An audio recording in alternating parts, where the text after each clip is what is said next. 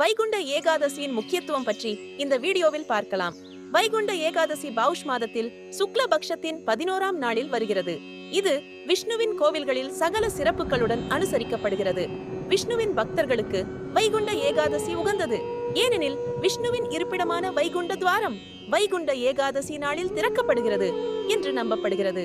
வைகுண்ட ஏகாதசி என்று புனித விரதம் இருப்பவர் மரணத்தின் கடவுளான யமராஜாவை எதிர்கொள்ளாமல் வைகுண்டத்தை அடைவார் என்பது நம்பிக்கை. வைகுண்ட ஏகாதசியை பக்தர்கள் ஆர்வத்துடனும் பக்தியுடனும் கொண்டாடுகின்றனர். தென் மாநிலங்களில் இது முக்குடி ஏகாதசி என்று அழைக்கப்படுகிறது மற்றும் தமிழ்நாட்காட்டியின்படி மார்கழி மாதத்தில் கொண்டாடப்படுகிறது.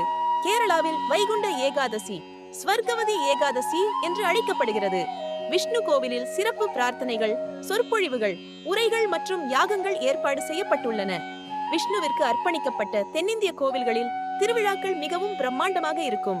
க்ஷீரசாகரில் 3 மடங்கான சேஷ் நாகத்தின் மீது உறங்கும் விஷ்ணுவின் இருப்பிடம் வைகுண்டம்.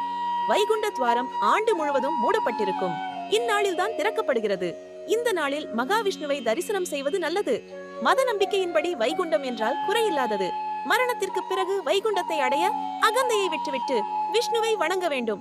வைகுண்ட ஏகாதசி நாளில் விரதம் இருப்பதன் மூலம் பக்தர்கள் முக்தி அடைய தங்களை தயார்படுத்திக் கொள்கின்றனர். வைகுண்ட ஏகாதசியின் மகத்துவம் பத்ம புராணம் போன்ற பல இந்து மத நூல்களில் விவரிக்கப்பட்டுள்ளது. பாவங்களில் இருந்து விடுபட்டு முக்தியடைய பக்தர்கள் வைகுண்ட ஏகாதசி விரதத்தை மேற்கொள்கின்றனர். இப்பொழுது இதன் புராண கதையை பார்க்கலாம். இந்த நாளில்தான் சாகர மாதானம் பார்க்கடலில் இருந்து அமிர்தம் வெளிப்பட்டு தேவர்களுக்கு விநியோகிக்கப்பட்டது. பக்தர்கள் இந்த நாளை மிகவும் சிறப்பானதாக கருதுகின்றனர். இந்த நாளில் இறந்தவர்கள் பிறப்பு மற்றும் இறப்பு சுற்றங்களில் இருந்து விடுபட்டு விஷ்ணுவின் இருப்பிடமான வைகுண்டத்தை அடைவார்கள் என்று நம்பப்படுகிறது. இந்த காரணத்திற்காகவே கடவுள் பீஷ்மர் தனது கடைசி மூச்சை விட்டுவிட அம்பு படுக்கையில் காத்திருந்தார். எனவே இது பீஷ்ம ஏகாதசி என்றும் அழைக்கப்படுகிறது. பத்ம புராணத்தின்படி விஷ்ணுவின் பெண் ஆற்றல் தேவதைகளை காக்க முரண் என்ற அரக்கனை கொன்றது. இந்த செயலால் கவரப்பட்ட விஷ்ணு பகவான் அவளுக்கு ஏகாதசி என்று பெயரிட்டு இந்த நாளை அனுசரிப்பவர்கள் வைகுண்டத்தை அடைவார்கள் என்று வரம் கொடுத்தார். கொண்டாட்டங்கள் மற்றும் சடங்குகள். பக்தர்கள் நாள் முழுவதும் விரதம் இருந்து விஷ்ணுவை வழிபடுகின்றனர்.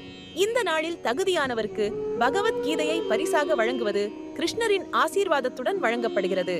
வைகுண்ட ஏகாதசி தமிழ்நாட்டில் குருவாயூர் ஏகாதசி என்றும் அழைக்கப்படுகிறது. வைகுண்ட ஏகாதசிக்கு 10 நாட்களுக்கு முன்பு தொடங்கி ஏகாதசிக்கு பிறகு 10 நாட்கள் வரை 21 நாட்களுக்கு சிறப்பு கொண்டாட்டங்கள் குறிக்கப்படுகின்றன. வைணவ ஆலயங்களில் வைகுண்ட ஏகாதசி மிகுந்த நம்பிக்கையுடன் கொண்டாடப்படுகிறது. பக்தர்கள் துளசி இலைகள், பாயாசம், பழங்கள் மற்றும் இனிப்புகளை நைவாத்தியமாக விஷ்ணுவுக்கு வழங்குகிறார்கள். அவர்கள் ஸ்ரீ விஷ்ணு சஹஸ்ரநாமம், விஷ்ணு புராணம் மற்றும் நாராயண கவசம் ஆகியவற்றை படிக்கிறார்கள். பக்தர்கள் அஷ்டகாஷரி மந்திரம் மற்றும் நாராயண மந்திரம் ஓதுகிறார்கள். பக்தர்கள் இரவில் கண் விழித்து விஷ்ணுவின் கதைகளை கேட்பார்கள். அவர்கள் விஷ்ணுவை புகழ்ந்து பஜனை பாடுகிறார்கள். விஷ்ணு கோவிலுக்கு ஏராளமான பக்தர்கள் வந்து செல்கின்றனர்.